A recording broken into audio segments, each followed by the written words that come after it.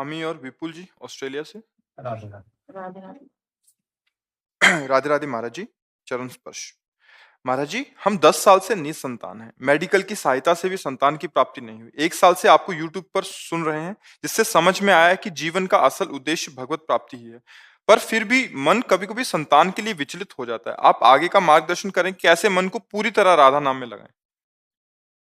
देखो, कभी मन सलाह नहीं देता भगवत प्राप्ति की। मनाखष्टानि इंद्रियाणि प्रकृति स्थानि करसति। वो प्रकृति को सत्य मानकर प्रकृति का भोक्ता बनने की हर कदम पे चेष्टा करता है मन। 5 ज्ञान इंद्रियों को साथ लेकर प्रकृति में ही वो सुखी होना चाहता है। और अनंत जन्म हमारे इसी में व्यतीत हो गए, कभी सुखी हम नहीं हो पाए।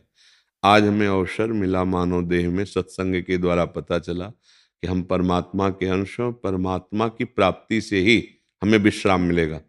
जो हम सुख खोज रहे हैं शरीरों में, पदार्थों में, पदों में, धन आदि में, वो कभी नहीं हमें मिला।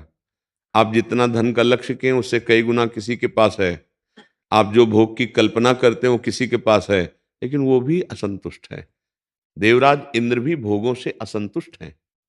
उनके पास ऐसी अप्सराएं कि एक को भेज दे तो ऋषि मुनियों के मन में क्षोभ पैदा कर दे।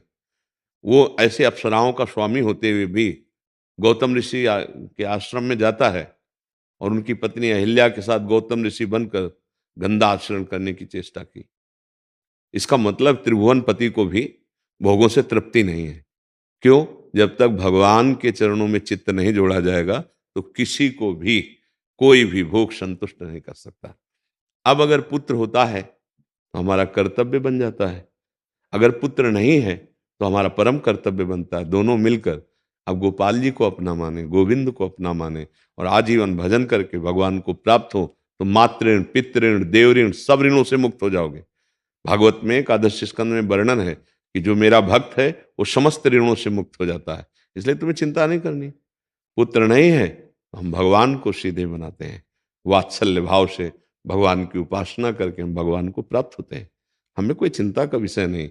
मानवदेह पुत्र प्राप्ति के लिए नहीं मिला, मानवदेह भगवत प्राप्ति के लिए मिला है। अगर पुत्र होता है तो हम उसमें भगवत भाव करके अपने कर्तव्य का पालन करते हैं, अगर नहीं है तो हम आकांक्षा भी नहीं करते। जोई जोई प्यारो करे सोई मोहि भावे। आप अगर राजी हो कि हम दोनों ऐसे मिलकर भजन करें, बस हमें भजन कर। अब उसकी तरफ बार बार मन को, क्योंकि आपने उपाय कर लिया। आप कह रहे हैं कि हमने डॉक्टरों के द्वारा भी उपाय किया, सब किया, नहीं हुआ, इसका मतलब प्रारब्ध में हमारे संतान योग नहीं होता। तो हम संतान योग प्राप्त नहीं करने, हम भगवत योग प्राप्त करने आए।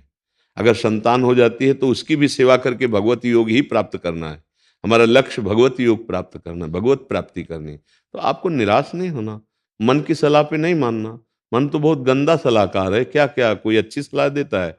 कभी सलाह दी कि तो वृंदावन आ जाओ, तो कभी सलाह देगा कि वैश्यालय चले जाओ। इसकी कोई सलाह प्रशंसनीय थोड़ी है।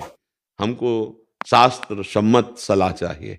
तस्मात् शास्त्रम प्रमाणम ते कार्याकार व्यवस्थित हो। वो भगवत प्रेमी संतों के पास से ही मिलती है, गुरुजनों के पास से मिलती है। क्योंकि हम शास्त्र के रहस्य को क्या जान पाएंगे। मेडिकल स्टोर भरा है लेकिन हमारे लिए दवाई कौन सी आवश्यक है वो डॉक्टर बताएगा।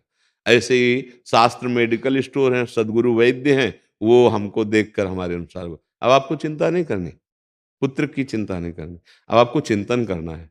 हमारे भगवान तो इतने कृपालु, जो चाहो बना लो। गुरु बना लो, शिष्य बना लो, पुत्र बना लो, पिता बना लो, माता बना लो, जो चाहो वो सब बनने के लिए तैयार है।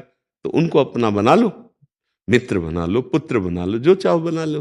वो सखा भी बन जाते हैं। वो पुत्र देखो, भावना करके दृढ़ भजन किया तो भगवान नंद यशोदा जी के यहाँ आंगन में घुटने के बल खेल रहे।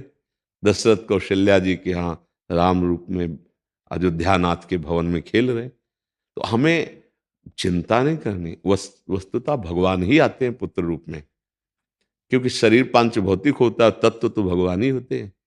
अगर भगवान चले जाएं तो शरीर को हम ज्यादा समय नहीं रख सकते, नष्ट कर देंगे, आग लगा देंगे, गाड़ देंगे। क्योंकि हम भगवान से प्यार करते हैं, शरीर से नहीं। पर अज्ञान के कारण हमें ऐसा लगता है कि हम शरीर से प्यार करते हैं, पर वस्तुतः कोई भी शरीर से प्यार नहीं करता। क्योंकि जब भगवान अंतर ध्यान हो जाते हैं तो चाहे पति हो, चाहे पत्नी हो, चाहे पुत्र हो, चाहे कोई भी हो, वो उस शरीर को नष्ट कर देता है। समझ रहे हैं ना? तो आप सीधे भगवान को अपना मानो, बढ़िया मार्ग है। ऐसे कितने हैं जो ऐसी लीलाएं गृहस्थ में कि उनकी संतान आदि नहीं हुई, तो पति पत्नी दोनों विरक्त होकर वृंदावन वास करते हुए रात दिन भजन में लगे। अब अपने इस कल्याण की क्या बात, 21 पीढ़ियां तार लेंगे अगर सही ढंग से भजन हो गया, क्योंकि धाम वास कर रहे हैं, वैराग्य से युक्त हैं और भजन कर रहे हैं। तो हम कह रहे ऑस्ट्रेलिया में रहते हुए भजन हो सकता है? खूब रात दिन अपना मेहनत करो, जो अर्थ बढ़े तो गौ सेवा, बीमार की सेवा, किसी पशु पक्षी की सेवा में लगा दो, और दोनों नाम जप करो और भगवान को अपना मान लो, तो वृंदावन दूर थोड़ी है। वहीं वृंदावन आपको अनुभव करा देगा कि मैं तुम्हारे पास हूं, तुम्हारी छाती में हूं, तुम्हारे हृदय में हूं। बस समझ रहे ना? धाम नाम रूप लीला ये चारों सच्चिदानंद है, और सच्चिदानंद को कहीं से भी प्राप्त किया जा सकता है।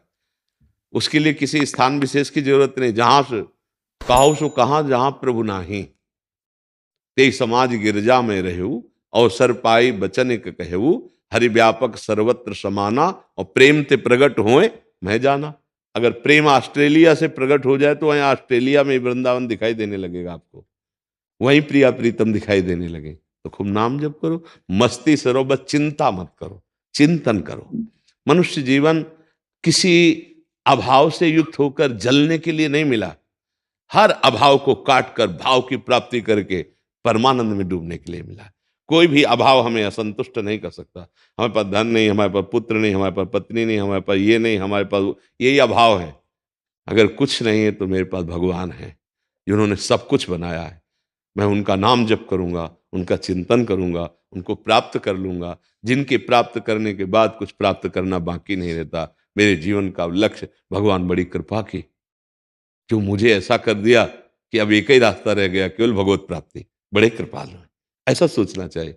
हम निगेटिव से सोचे ही क्यों, नकारात्मक भाव क्यों बढ़ने दें? इसलिए अच्छे भाव का सृजन करो और भगवान की प्राप्ति में चलो। ठीक है।